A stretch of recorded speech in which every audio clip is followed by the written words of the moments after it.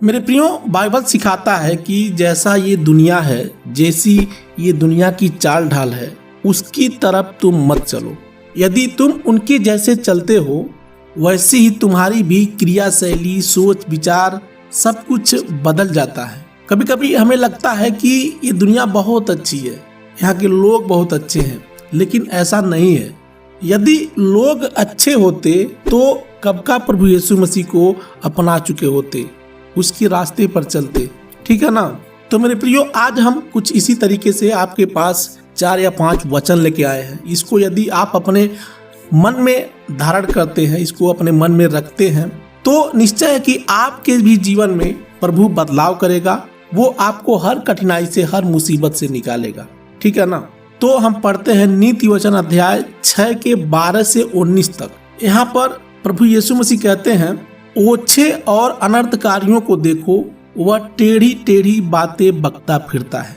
मेरे प्रियो, बाइबल जो परमेश्वर का वचन है, वह हमें सिखाता है कि इस दुनिया में किसी भी व्यक्ति को एक साफ सुथरा और पवित्र जीवन जीना चाहिए। आज के 2000 साल पहले जब प्रभु यीशु मसीह ने हमारे पापों के लिए अपना बलिदान दिया था, तो उसने बलिदान इसलिए दिया था ताकि जो भी व्यक्ति उसे परमेश्वर माने, उस पर विश्वास करे, तो उसका जीवन ऐसा नहीं होना चाहिए जैसे कि बाकी लोगों का होता है। बाइबल हमेशा यही सिखाता है कि पवित्र बनो, पवित्र बनो। इस संसार के सदृश से मत बनो, क्योंकि संसार में नाना प्रकार की बुराइयां हैं, जैसे कि झूठ, नफरत, बुरी भाषा, चोरी, बेईमानी, लालच, ईर्ष्या, व्यभिचार, है ना।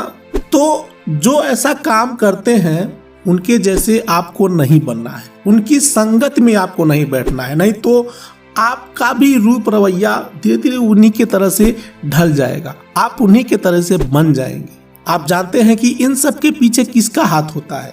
शैतान का हाथ होता है। शैतान कभी आपके पास साक्षात सामने खड़ा होकर नहीं प्रकट करेगा।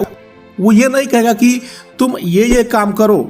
वो हमको लुभावना देता है, कहता है कि यदि तुम ये शराब की बोतलें देखो तो ये बहुत ही सुंदर लगती हैं, लाल रंग, पीला, हरा, मतलब होता है ना, बहुत ही लुभावनी लगती है।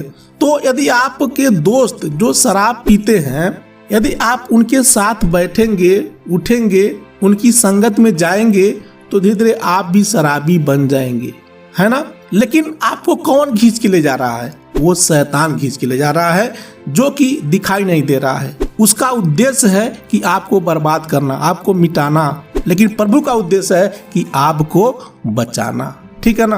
बाइबल का वचन सिखाता है कि परमेश्वर का सीधा रास्ता है, जो कि बहुत सरल है। हमें कभी भी किसी भी परिस्थिति में उसी का रास्ता चुनना चाहिए। 2 रास्ते हैं, एक शैतान का, एक परमेश्वर का, एक चौड़ा मार्ग, एक सकरा मार्ग। तो आप हमेशा चौड़े मार्ग को चुन लेते हैं, जल्दी जल्दी में कोई भी काम आप करने को तत्पर हो जाते हैं। जैसे कि आपके पास यदि कोई नौकरी नहीं है, आप पढ़े लिखे घर पे बैठे हैं, तो आप किसी बाबा और तांत्रिक के पास जाते हैं और उससे अपना हाथ दिखलवाते हैं, कि पूछते हैं कि बाबा जी मेरा हाथ देकर बताइए, या फिर आप कुछ ऐसा करिए ताकि मेरा काम जल्दी हो जाए, मेरा नौकरी जल्दी से लग जाए। अब वो बाबा तो आपसे 1500 रुपए ले लेगा, लेकिन आपका काम नहीं होगा, है ना। अब आप क्या करेंगे? आप उस पर थोड़ा सा नाराज होकर चुप घर बैठ जाएंगे। अब उससे झगड़ा तो करने जाएंगे नहीं। इसीलिए परमेश्वर का वचन बाइबल सिखाता है कि तुम चौड़े मार्ग को मत चुनो, परमेश्वर का मार्ग जो सकरा मार्ग है उसको चुनो। ठीक है ना। आगे लिखा है, वह नयन से शयन और पांव से इशारा और अपनी उंगलियों से संकेत करता है। कौन? ये सारी काम शैतान के होते हैं। उसके मन में उलट फेर की बातें रहती, वह लगातार बुराई करता है और झगड़ा रगड़ा उत्पन्न करता है। यहाँ प्रभु का वचन एक ऐसे मनुष्य के बारे में बात कर रहा है कि उसके मन में कभी अच्छी बातें आती ही नहीं। मैं आपको हमेशा बताता हूँ कि जिसके मन में प्रभु रहता है, उसके पास लड़ाई झगड़े करने के लिए तो टाइम ही नहीं है।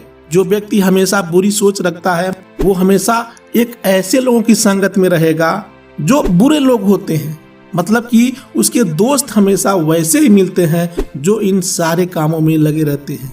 एक अच्छे इंसान का दोस्त अच्छा ही होता है। यदि आप किसी कठिन परिस्थिति में भी हैं, तो भी वो आपके साथ नहीं छोड़ता है, हमेशा आपके साथ बना रहता है, हमेशा आपकी हालचाल लेता है।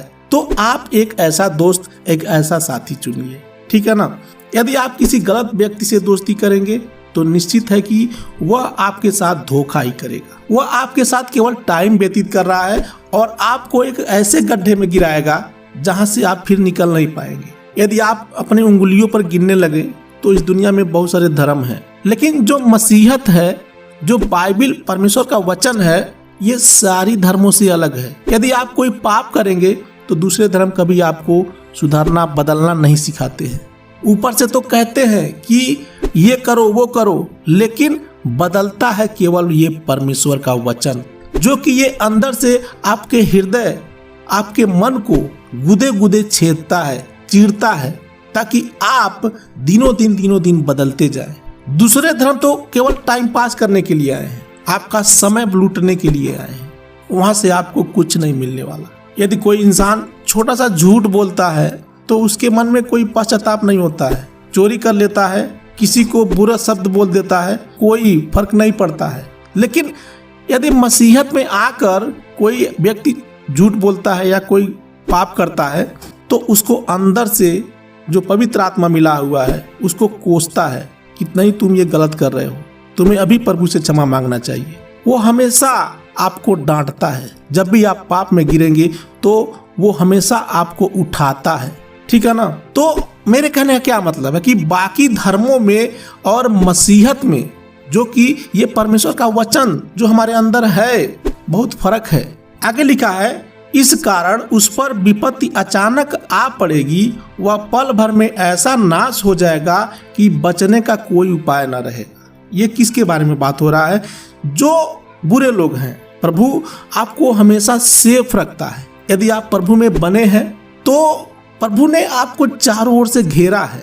आपके ऊपर विपत्तियां तो आती हैं, लेकिन आप प्रभु की नजर में हैं। आप कहीं भी जा रहे हैं, आपके जीवन में कितना भी बड़ी कठिनाई आ जाए तो प्रभु आपको देख रहा है कि मेरा बच्चा किस परिस्थिति में चल रहा है। लेकिन यदि कोई गैर व्यक्ति जो प्रभु पर विश्वास नहीं करता है, उसके ऊपर विपत्तियां आती है तो प्रभु उसको भी देख रहा है, लेकिन कहता है कि नहीं, तुम मुझे इनकार कर चुके हो।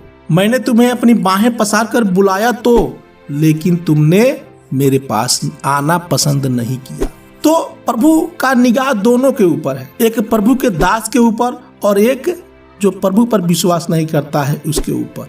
वो अंधेरे में चला जा रहा है, उसको नहीं पता है कि मैं कहाँ जा रहा हूँ। लेकिन प्रभु का दास, उसको पता है उसका उद्देश्य क्या है, वो कहाँ जा रहा है, उसको सब मालूम है। उसको विश्वास है कि प्रभु मेरे साथ है, हर कठिन परिस्थिति में वो मेरी रक्षा करेगा, वो मुझे गिरने नहीं देगा, वो बचा लेगा, ठीक है ना। आगे लिखा है, 6 वस्तुओं से यहोवा बैर करता है, वरन 7 हैं जिनसे उसको घृणा है। यहाँ प्रभु का वचन कहता है कि 6 वस्तुएं ऐसी हैं जिनसे परमेश्वर घृणा करता है, नफरत करता है। अब वो कौन कौन सी हैं? घमंड से चढ़ी हुई आंखें, झूठ बोलने वाली जीभ और निर्दोष का लहू बहाने वाला हाथ। मतलब जिसके मन में घमंड होता है वह किसी की बात नहीं सुनता है, उसके मन में हमेशा क्रोध बना रहता है। वो किसी से भी बात करता है तो बहुत गुस्से से बात करता है, लोगों से उसकी पटती नहीं है। उसके मन में हमेशा एक बदले का भावना छिपा रहता है, दूसरों को नीचा दिखाता है, किसी की बात नहीं सुनता है, केवल अपनी वाली करता है, जो उसको अच्छा लगता है वही करता है, ठीक है ना। लेकिन प्रभु का वचन सिखाता है कि दूसरों को तुम माफ करो, हमेशा मिलजुल के रहो, प्रेम करो, तुम अपने घर के बूढ़े बुजुर्ग की बात मानो, उनकी सेवा करो, माता पिता के बातों का उल्लंघन मत करो, उनकी जो भी जरूरत है उनकी जरूरतों को पूरी करो।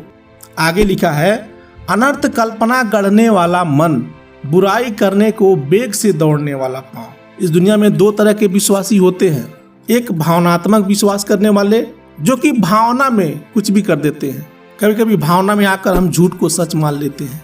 जैसे कि कभी कभी हम डिप्रेशन में आ जाते हैं, तनाव में आते हैं, तो हमारे मन में ऐसा होता है कि चलो एक कोई कॉमेडी फिल्म देख लेते हैं या फिर कोई डरावना फिल्म देख लेते हैं, तो मन खुश हो जाता है, थोड़ा सा मनोरंजन हो जाएगा, मन खुश हो जाएगा। तो ये क्या है? ये भावना है, जो ये कुछ पल के लिए खुशियां होती हैं। लेकिन जो ये प्रभु का वचन है, ये हमें अंदर से विश्वास पैदा करता है, हमारे मन को बदलता है। ये असली विश्वास है।